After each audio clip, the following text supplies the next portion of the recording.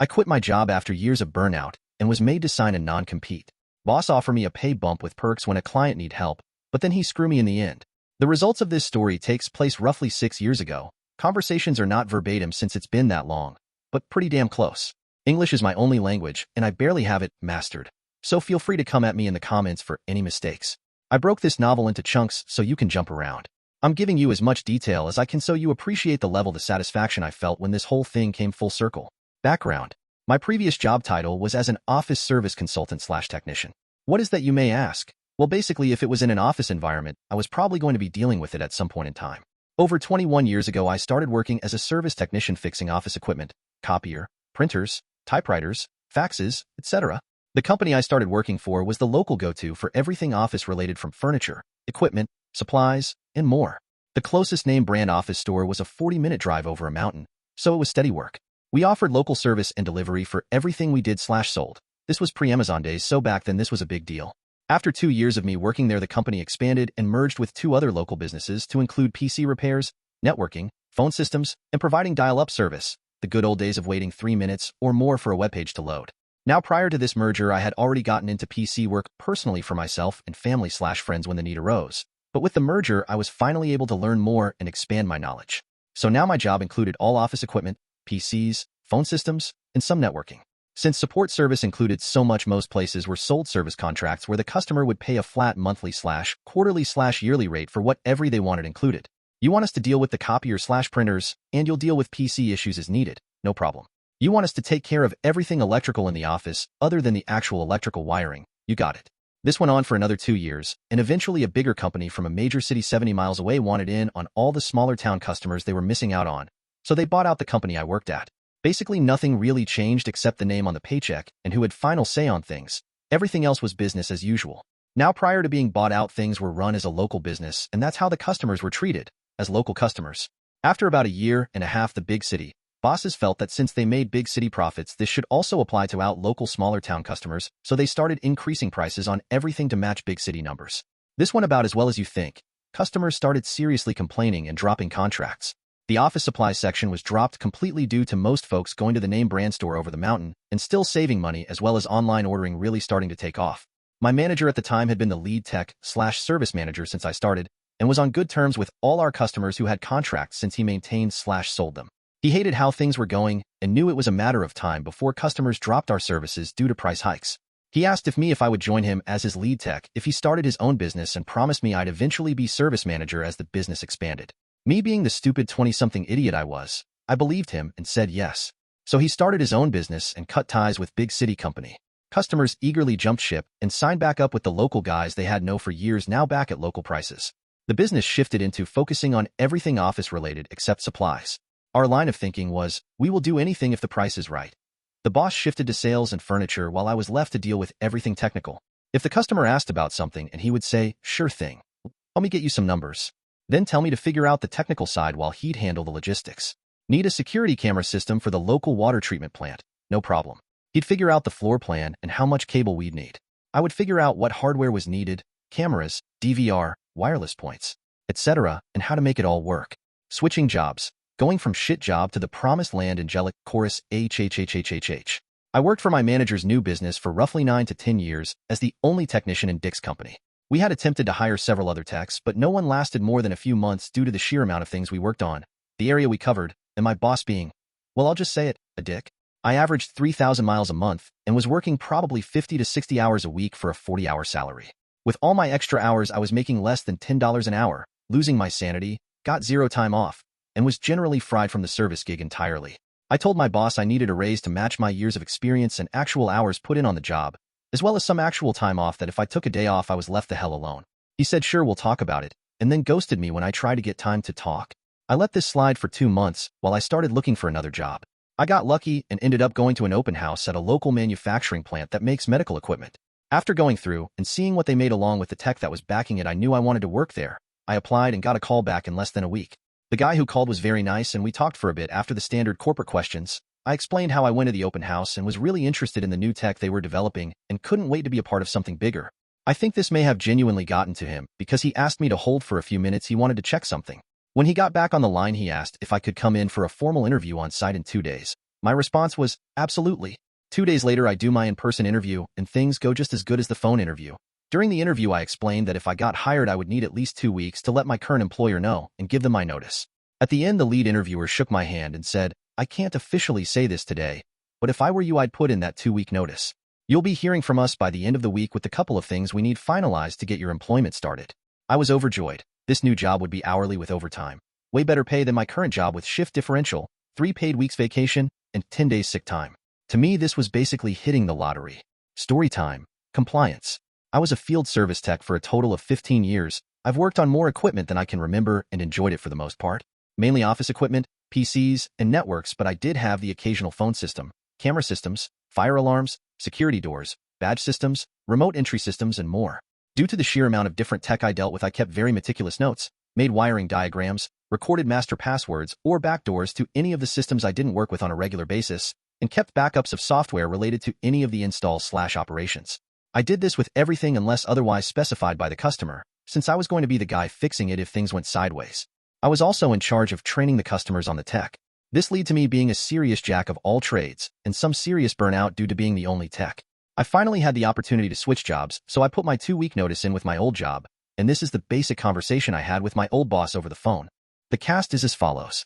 Dick equals old boss. Me equals hello. My name is Inigo Montoya. You killed my father. Prepare to die. Me. Dick, you're quitting? Why didn't you say something? Are unhappy with your job? Me. I did say something and you kept brushing me off. So, yes, I'm unhappy. That's why I'm giving you a 2-week notice. Dick. There's no way I can get someone hired and trained to do your job in 2 weeks. What the hell am I supposed to do? You're my only tech. How am I going to take care of all my customers? Me. Not really my problem. But you have 2 weeks to come up with something. I'll keep doing everything till then, but I'm out after 2 weeks. Dick. Let me get back to you. I need to do some thinking. Insert eye roll, and mentally thinking no shit Sherlock. Dick. A week later, he calls me into his office. I'm working on getting a tech. Is there any way you can stay longer than another week till I get one? Me. No. I'm not putting off the new job since it pays so much better and has actual set hours. Dick. What do you want? Tell me what I need to do to keep you around long enough till I get this new tech in. Me. Seriously? Let me think. I thought about it for roughly 5 minutes and came up with this. Me. Okay. I'll tell you what. Since my new job is second shift, I'll work for you in the mornings from 9 to 2. My time starts when I leave my house at 9 and ends with me being back in town at 2, so I have time to get to my new job. You will transfer my company cell number into my own account, since I've used it for all my contacts and personal family/friends. You will pay me hourly at the same rate as my new job, including the shift differential. I get to keep my tool bag and laptop. Any emergencies will be handled in this time frame, and I will be left alone after hours and on weekends. Asterisk, all I really wanted was the pay and cell number. The number wasn't listed on any of Dick's company sites or paperwork, and I really didn't want to get a new number then have to update all my info I had used it for. I wasn't concerned about the laptop or the tool bag. I was just going for broke to see what I could get away with. Asterisk, Dick, the pay and cell number are fine, but you have to return all company property by end of week, including your tools and laptop. You can pick them up daily from the office and return them at end of day. I need access to them in case I need them to fix something. Also, you will sign a non-compete for 3 years once I get the new technician to keep you from servicing my clients. Me. Okay. Deal, but the cell gets transferred by end of day tomorrow. I'll call you in the morning when I get to the cell company. Dick. Deal. I shook his hand and went about my day. Now I can hear all of you flying to your keyboards to jump into the comments to go, you idiot. You didn't get it in writing, and you are all absolutely correct. I should have gotten all that in writing. I was burnt out. I was tired. I had no more fucks to give. The next day, I got the cell number transferred over to my name and set out business as usual. Now at the end of the week, I got what should be my last check at the old rate. I turned over my tools and laptop and had a very pleasant weekend. Monday rolls around and I work the hours I said I would, then go to my second job. I do this for the week without issue. Next week kicks off and I ask if there has been any progress on getting a tech. He says yes, they start next week. Okay, I'll start getting the new guy up to speed on our main systems next week then. Friday comes and I notice my check is still at my old rate. It's hourly now and the hours are correct but not the rate. I try to get a hold of Dick but no answer. Office lady says he's out of service till Monday and there's nothing she can do about my check. You can all see where this is heading. Monday rolls around and I meet the new tech and talk to Dick about my check. Me. So my check wasn't right and you ghosted me. Dick. What? No, I didn't ghost you. I was out of town in an area with poor reception. I'll talk to payroll and get you a new check cut for the difference on Friday. Me. Okay. Well, I'll start going over things with the new guy. Should I take him on any calls with me? Dick. No. He's a train tech, just not used to our brand of equipment. Go over them with him. Show him the ins and outs, the software, networking them, programming things, the usual stuff we do to get a new machine set up. Me, okay, will do. Friday rolls up, and I'm sure you are all shocked to read that payroll did not have a check cut for me. Astérisque dramatique fanfare DUN, d'une astérisque. So I said fuck it and went home. Didn't even bother trying to call Dick. I knew I wasn't going to get an answer. I turned my cell off. Monday comes, I don't go to the old job and sleep until noon. I left my cell off for the day and enjoyed the new job. Tuesday morning I finally kicked my cell back on and there's several voicemails and a couple texts from Dick. He's wondering where I am. Why haven't I showed up for 2 days? I calmly call him and have this conversation. Dick, finally. What the hell, where have you been for the last 2 days? I proceed to cut him off. Me, do you have a check for me? Dick, check? What are you talking about? Me, you know exactly what I'm talking about, and you know exactly what you did. You fucked me, just like you did for years, and I let it happen. I thought I would help you out because I'm a nice guy and you spit in my face. We're done. Lose this number. Dick, we're not done. You still haven't signed the non-compete. Me, seriously? You're being serious. You expect me to sign a non-compete after all this? Dick, you will or I'll sue you for breach of a verbal agreement. I have a recording of our conversation and a witness who heard you say you'd sign it. I transferred the cell number per our agreement and paid you for your time. I upheld my end of the bargain. I have no clue if any of that was true. If he did have it recorded, I'm sure it was edited to just the part where he agreed to the cell number and pay and of me agreeing to the non-compete. As for a witness, unless someone was listening through the office phone, there was no one else in his office when we talked. I have no clue if any of the bullshit he was saying was legal, but I did know one thing. He had sued the previous company we worked for over them, verbally agreeing to pay for something, and he had also recorded them. I know it dragged on for about 2 years and was settled out of court. I think it was cheaper for them to just pay him than keep dealing his bullshit. Did I want any of that? Hell no. So I said fine, leave it at the office, I'll be in to sign it. I wanted done with this insane man-child. Story time. The build-up to sweet release. Now you're all probably going, okay, the previous section is the compliance from the title, but where's the malicious part? Oh dear reader, I was never a strong believer in karma, but from what I've heard she can be a cold, fickle bitch. And I assure you she does in fact come back to bite you in the ass with poetic justice and a sense of humor. A little over a year after signing the non-compete and being rid of Dick, I was enjoying my new job. I get a phone call from one of the last big customers I did a setup and install for a few months prior to me quitting. The customer, you ask? A women's abuse center that had converted an old building into a safe house for victims. Dick had managed to get the job to redo the interior network, furniture, camera systems, security doors, and the alarm systems. He had also sold them a service contract for the camera, security doors, and alarm systems where we were on call 24/7 for the next 3 years. If something went wrong and their site could not remain secure, we had to get it fixed. Yesterday. This was not a small chunk of change, and it was due up front to get the best discount, but the abuse center had government backing, so they got Dick to agree to half up front and then payments after a year and a half. I knew the wording on these contracts because I had to give him worst-case timeframes for getting things fixed if shit hit the fan. This will be important later. Now, due to the nature of the client and job, I made sure my cell number had been laminated, and I literally glued it to all 3 systems with instructions to call me if they needed anything. The reason they were calling is they had had some personnel changes and needed to change door codes. Not real secure if former employees can still access the building. They also wanted to set up remote camera access for new security monitoring purposes, and they needed to know how to do all of this. Now, if you read through the entire post, you know I had made some very detailed notes as well as instructions on how to do all of this. A set of all this, as well as all the credentials to log into the systems, was in a nice secure binder on site. One problem, they couldn't find it. Not to worry, I would have planned ahead and made backups of all that, and kept it on my company laptop with approval from the customer, right? If you said yes, you get 5 points. If you're thinking this guy sounds seriously paranoid about this stuff, and probably made another copy on maybe a disk or thumb drive, again you would get another 5 points. I always kept a secure thumb drive on my keys and backed up this type of info religiously when I worked on jobs. You may distribute these points to whichever Hogwarts house of your choosing. I informed the client that I was no longer with Dick's company and they would need to contact them directly to get this taken care of, and I bid them a good day. 2 days later, I get a call from my replacement asking me for help regarding this matter. Not wanting to be a complete asshole and knowing that the abuse center needed this resolved, I informed him that the droids he was looking for were in fact on the company laptop. They were hiding on the D drive in the folder called Backups. There would be a folder with the client's name and all info should be right there in front of him. He asks me to hold on while he gets it. I wait on the line while I hear him fiddling with the laptop bag and booting it up. New guy equals someone who was clearly not ready to take over everything I did. Me equals me, face palming and head desk in disbelief. Dick equals someone who is about to be truly fucked. New guy. Okay, so I got it booted up and I don't see a folder called Backups. It's not in the Documents folder. Is it somewhere else? Me, no. Not the documents folder, the D drive. New guy. The what drive? Me. Okay.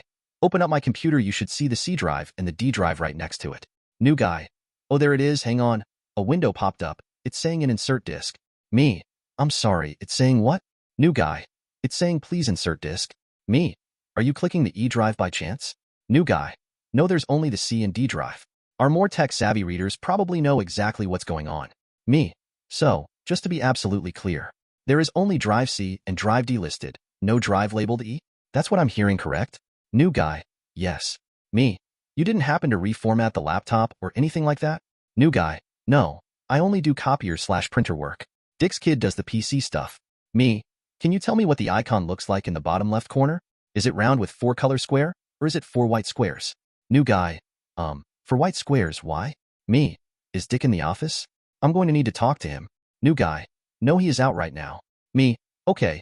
Please have him call me ASAP, I need to talk to him about this. New guy. Okay. Now Dick's kid, Mini Dick, trust me, fitting name, was 15 years old when I quit. I had shown him some troubleshooting stuff, and he knew enough to be very dangerous if unsupervised. I mention this because when I turned in the laptop, it was using Windows 7, round button, 4 colors, but now it was Windows 10, 4 white squares. There was a Windows 10 USB in the laptop bag. I was eventually going to upgrade it once I had made sure all the software I used was compatible. The pit of my stomach knew exactly what happened. Either Dick asked him to do something with the laptop after I turned it in, or he took it upon himself to upgrade it to show his dad he could do this stuff. Pick one. But I knew he had deleted the separated partitions I had made on the hard drive to keep the crucial data safe if Windows went tits up and I needed to restore or do a clean install and not have to worry about pulling the data. What Mini Dick had done was nuke the entire drive, and all that backed up data was now gone. I get a phone call the next day, first thing in the morning. Dick, I was told you need to talk to me? Is this about the abuse center? I told the new guy to handle it and call you. You always kept instructions for all that shit. Just tell him where it is. Me. Oh, I already told him where to find the info, but there's a minor problem. It's gone. Dick. What do you mean gone? I know you kept backups. Me. I did. It was on the laptop when I turned it in. It is no longer there. Dick. What the hell do you mean it's no longer there? Did you remote in and delete it? I know you did stuff like that to fix things. You shouldn't have been able to. That I had Mini Dick make sure you couldn't. Me. Oh, he certainly did that, but he also wiped out all the backup data. Dick. What? Me. I can't say I'm 100% sure that's what happened, but I'm like 99.99% sure that's exactly what happened. Dick. Wait, you kept multiple backups. You told me that. That thing you had on your keys, you didn't give me that. Tell you what, you give me that and I won't pursue legal action since you didn't give it to me when you quit. Me. Yeah, that's going to be a no from me. Dick. The fuck do you mean no? You have to give me that you didn't turn in company property. I'll sue your ass. Me. First, that thing I had on my keys was my personal device, bought and paid for with my money. So I didn't need to give it to you when I quit. Second, I wouldn't give it to you even if I could. I destroyed it after I quit because of the shit you just said. I knew if I kept anything related to clients and you found out, you'd try and sue me like the man-child you are. Third, the only reason I'm taking to you is because I want to help the abuse center, not that you give a damn. Dick. Oh, this is bullshit. You're lying. Just you wait. I'm going to... Click. No clue how many times he called me and texted. I just put my phone on silent and enjoyed the rest of my day. Now I'm sure many of you are probably calling bullshit. There's no way you remained that calm and said that. Remember, I worked for Dick for 9 years. I knew his habits. I had 2 days between the abuse center calling me and new guy calling me. I knew the new guy would need my help if he couldn't find the instructions I left. Lots of tech jargon involved, but it took me a week of mock building and tweak everything to get those systems set up exactly how the customer wanted it, and if he factory reset them to use the default credentials, well, enjoy doing it the very hard way. I had an entire day between Dick calling me back and talking to the new guy. I had a raging justice boner the entire time. I had his nuts in a vice and I knew it. Malice. Best served cold, with a side of mint. After hanging up on Dick Boss, I was heartbroken and felt that it was my responsibility. Nay, my duty to contact the abuse center and inform them of the situation. All joking aside, this could have actually put people in danger if not resolved somewhat quickly. I talked with the secretary and asked to speak to her boss. Luckily, it was the same woman in charge from when I installed the systems. She knew how much I cared and busted my ass to get things exactly the way they wanted it. Karma equals the big boss woman. Ah yes, irony. Me equals our valiant hero who only wishes to protect the innocent and maybe fuck over his old boss in the process. Dick equals former boss who done fucked up big time. Karma. Hello, me, it's been a while. I understand you wanted to talk to me about the issues we need resolved with the system you set up for us. Me? I do. I wanted to inform you that sadly I no longer work for Dick's company. Karma. Oh, well that's too bad. So why are you calling me if you won't be helping us get things fixed? Me? Well, I wanted to inform you of the entire situation along with reasons as to why I can't help and give you some options to get this resolved. I proceed to inform her of the non-compete, and all the following information is just my best guess, and I am offering up my opinion free of charge. She can choose to act as she sees fit. I let her know that Dick's company most likely does not have the credentials and documentation needed to perform the task she needs done. I can't say for certain though, wink wink. I inform her if Dick's company does not have the proper info, they may suggest resetting the equipment, and it will most likely take even longer to get things fixed, as well as their current setup being wiped out and only the factory codes will work. Also, the system will most likely not function the way they need it to. Again, I can't say for certain. Nudge nudge. I kindly remind her of the service contract she has on the equipment and to look carefully at the wording on it, as it may come in very handy. Say no more, sir. I let her know that I wish there was some way I could consult with her or help, but due to the non-compete, there is no way I can help her since she is currently Dick's client.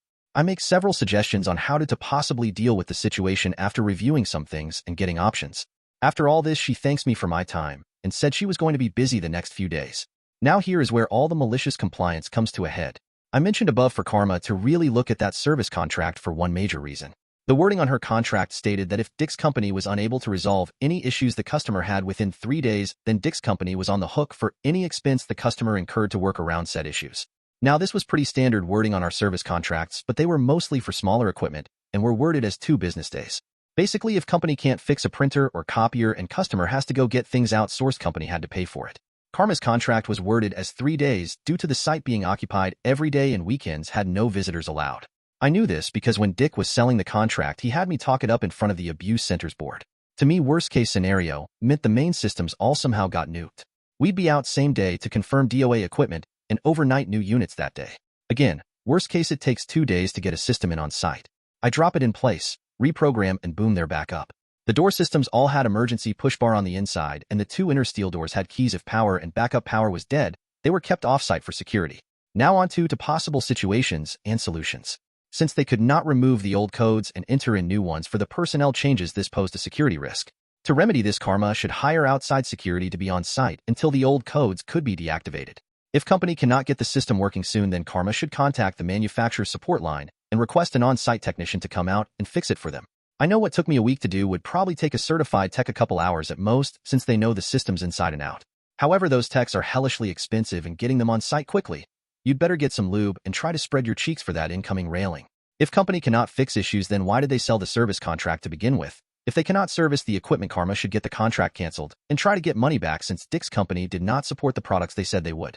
I got a phone call 2 days later from Dick, who was surprisingly non-threatening to start. Dick? So, me. I'm in a bit of a bind here. I need you to help me out with the abuse center. Me? What do you want me to do? I signed a non-compete, and I sure as hell am not helping you for free. Dick? I thought about it, and I can hire you as a consultant to go out and get things fixed for me, so you're not competing. You'll be working for me. Me? And how much will you be paying me to consult? Dick. How does $150 a day sound? Me. $150 a day? I don't know, that sounds awful cheap to me. Dick. Cheap? That's way more than you get at your new job. Me. You misunderstood me. I meant cheap for you. Dick. Explain. Me.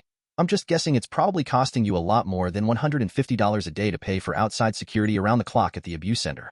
Dick. How did you? IT was you. I'm going to. Click. Phone rings again. I pick up to more screaming. Click. Phone rings a couple more times, and I send it to voicemail. I think it was about 4 hours later he called me again. Me. Hello? Slight inflection of joy in my tone. Dick. Silence for maybe 10 seconds. How much? Me. Well, to be honest, I can't help you. Dick. What? Me. Obviously, I have to have a paper trail since I can't trust you, and for me to consult, I'd have to give you a detailed invoice that would list why and what I'm consulting for. However, due to the rather descriptive non-compete you made me sign that specifically states I may not services any of your clients for 3 years, my hands are tied, legally speaking. Dick. But. Me. Good luck with that. Click.